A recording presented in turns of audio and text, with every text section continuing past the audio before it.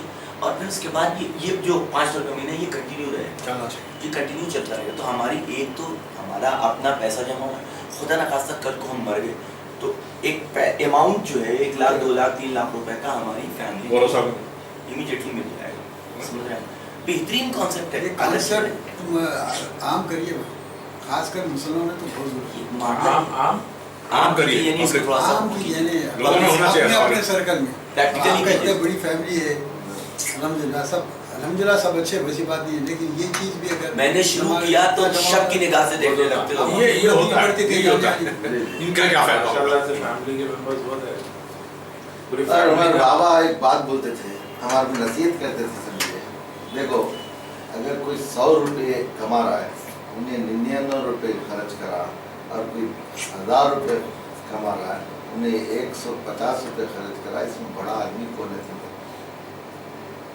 تو بولے اس کا نام کیا, بڑا آدمی جو 99 روپے خرچ کر رہا ہے نا 100 روپے کما کے, انہیں بڑا ہے. جو 1000 روپے کما کے 1050 روپے خرچ کر رہا ہے, انہیں بڑا نہیں ہو سکتا. تو یہ نصیحت ہے میرے, بہت اچھی بات ہے, بابا ہمیشہ بولتے تھے. تو بہت اچھا لگا, کم سے کم انڈیا میں کچھ تو نظر آیا.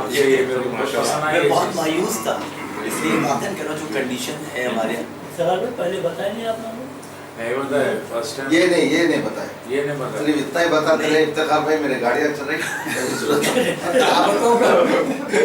نہیں ہمارے کو اگر بناتے تو بہت پہلے بھی اوپر بن جاتے وہاں میں پہ. ایک تعارف وارک کراؤں آپ کا. جی حاتم طائی کے قصے سنتے تھے, جی, یہ پریزنٹ زمانے کا حاتم طائی, اور سب ہو رہا ہے یہ فیض عام ٹرسٹ کے تھرو. جی جی پیسہ آپ دے رہے اپنی جیب سے, حساب میں لکھ رہے فیض عام دیا بول کے, کہاں سے دیا بھائی فیض عام, نہیں خاموش بیٹھو اس میں, ارے یہ کیا بات ہوئی, تو یہ وہ آدمی.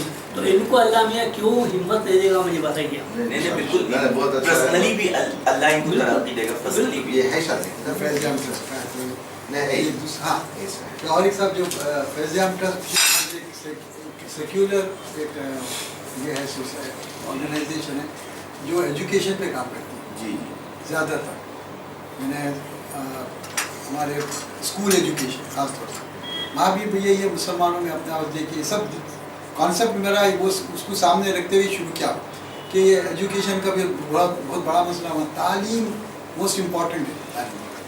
تو اب وہ تعلیم ہمارے پاس نہیں ہے. آج بھی میں دیکھتا ہوں پرانے شہر سے اتنے کیسز آتے ہیں ہمارے پاس, اتنے بھی مومن کے بھی بہت آتے ہیں, ہمارے زمانہ مشن کے بھی آتے ہیں, اب ایک الگ کہانی ہے یہاں تو سونا یہ کو ان کے بھی آتے رہتے وہاں کیا ہو رہا ہے. بہرحال میں وہ بھی سیکولر ہوں, تو میں یہ سوچتا ہوں کہ ہمارے پاس ایجوکیشن کیا سے جب کوئی آتا ہے مدد کیا سے بچوں کی تعلیم کیا سے آتا ہے تو کیوں آیا, ہمارا کام آسانی ہے, ہم اس کی تعلیم کے اسکالرشپ اگر دے دیں قصہ ختم جاب ہے. میں وہ نہیں کرتا, جو کہ عموماً یہاں 99% جو ہے جو بڑے ادارے وہی کام کرتے جو آپ میرے کام کرنے کا طریقہ تھوڑا الگ ہے. میں یہ سوچتا ہوں کہ ایک آدمی آیا اپنے بچوں کی